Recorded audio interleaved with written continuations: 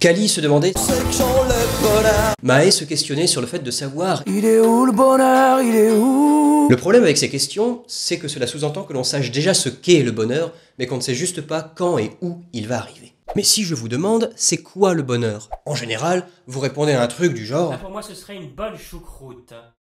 Et pourquoi pas?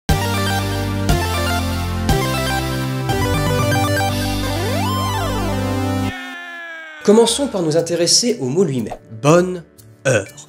Heure vient du vieux français, venant lui-même du latin augurium, qui signifie un présage, une chance, qui a donné augure. À partir de là, on peut penser que le bonheur est d'abord lié à la chance. Voilà pour le point de départ.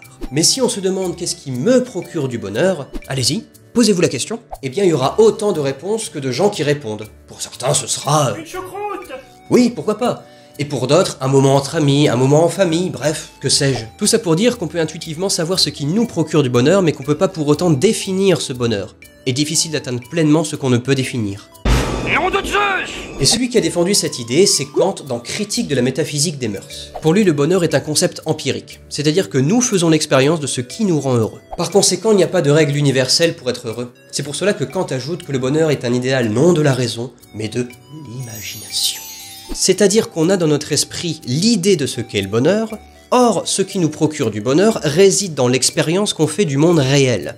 D'où le bonheur est un idéal de l'imagination. Bon ok, le bonheur, on sait pas trop ce que c'est en soi, mais je suis sûr qu'on peut réussir à se mettre d'accord pour trouver une petite définition. On a tous déjà connu le bonheur, donc on peut bien se mettre d'accord sur la sensation qu'on a ressentie. On pourrait commencer par dire que le bonheur est un état stable, durable, pendant lequel notre corps et notre esprit sont apaisés. Physiquement, ça ressemblerait à peu près à ça.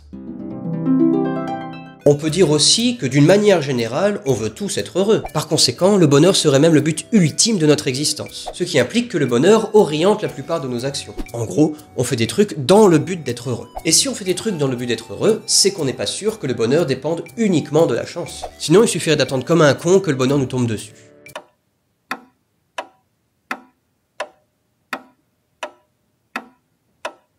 Donc pour le moment, on sait que le bonheur, par son étymologie, est lié à la chance. Mais n'est pas uniquement lié à la chance, qu'il y a une dimension subjective, c'est-à-dire que chacun a une vague idée de ce qui lui procure du bonheur. Et on peut se mettre d'accord sur l'état dans lequel on est quand on est heureux. Du coup, comment atteindre le bonheur? Est-il seulement possible de l'atteindre ou n'est-il qu'une illusion?